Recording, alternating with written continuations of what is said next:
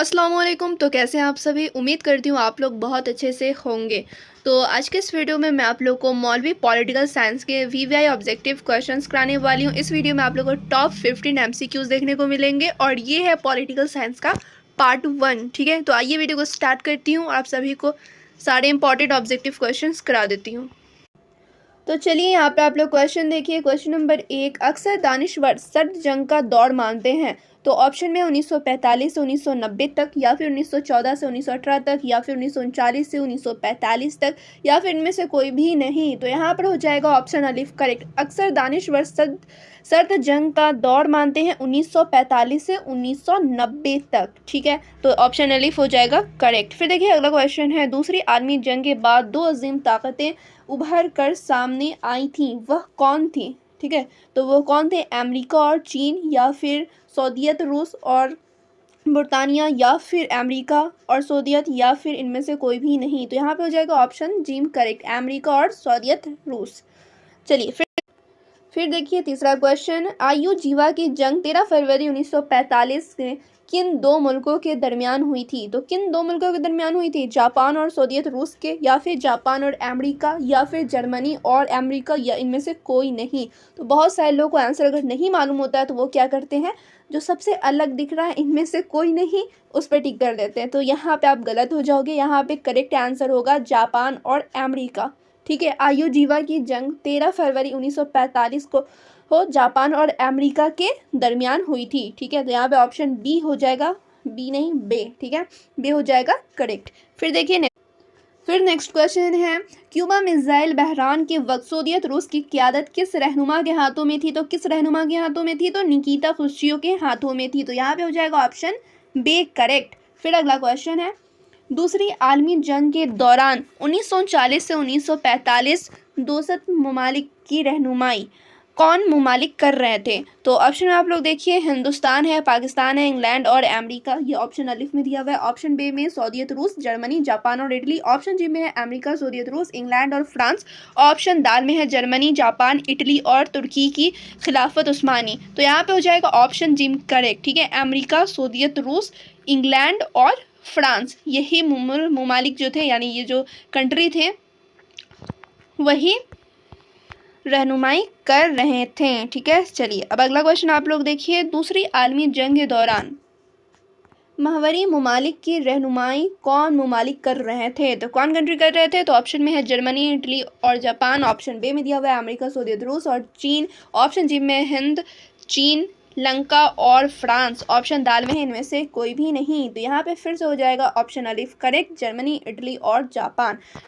Option अलिफ हो जाएगा करेक्ट। ठीक है, फिर देखिए अगला क्वेश्चन है, सर्द जंग की, तो क्वेश्चन है सर्द जंग की सबसे बड़ी अलामत थी। तो ऑप्शन में यहाँ पे है बर्लिन दीवार का खड़ा किया जाना, या फिर 1989 में मशरक़ी जर्मनी के अवाम के जरिए बर्लिन की दीवार गिराया जाना, तो या फिर यहाँ पे होगा जर्मनी में दूसरी आलमी जंग से कबल एडोल्फ हिटलर की क़यादत में नाजिर पार्टी का क़याम, या फिर इनमें से कोई भी नहीं। तो यहाँ पे हो जाएगा ऑप्शन अलिफ करेक्ट, बर्लिन दीवार का खड़ा किया जाना।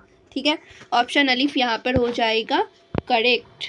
चलिए फिर देखिए नेक्स्ट क्वेश्चन है यहाँ पर, गैर जानिबदार ममालिक की तहरीक के बानियों में दर्ज झेल में से कौन थे।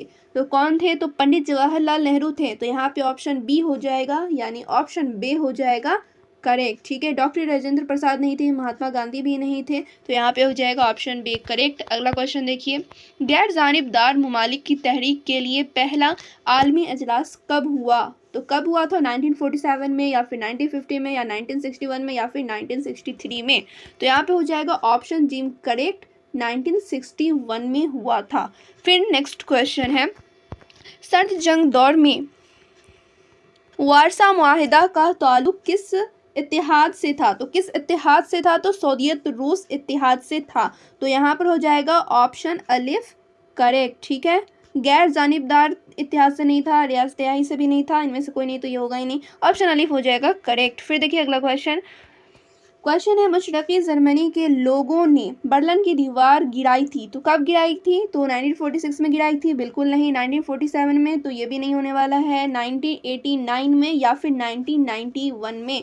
तो यहाँ पे फिर से हो जाएगा ऑप्शन जी करेक्ट, 1989 में गिराई थी। ठीक है, फिर अगला क्वेश्चन है, बर्लिन की दीवार बनाई गई थी, तो बर्लिन की दीवार कब बनाई गई थी? 1961 में बनाई गई थी। और गिराई कब गई थी? तो गिराई गई थी 1989 में। ठीक है, ये दोनों डेट आप लोगों को याद रखना है। बर्लिन की दीवार बनाई गई थी 1961 में और बर्लिन की दीवार गिराई थी 1989 में। फिर देखिए नेक्स्ट क्वेश्चन है, लेनिन की ज़िंदगी का दौर माना जाता है, तो यहाँ पे देखिए 1870 से 1924 तक या फिर 1870 से 1945 तक। ऑप्शन जी में 1870 से 1934 तक या फिर इनमें से कोई नहीं। तो यहाँ पे हो जाएगा ऑप्शन अलिफ करेक्ट, 1870 से 1924 तक लेनिन की ज़िंदगी का दौर माना जाता है। फिर देखिए अगला क्वेश्चन है, सऊदियत वफाक का ज़वाल कब हुआ? तो कब हुआ?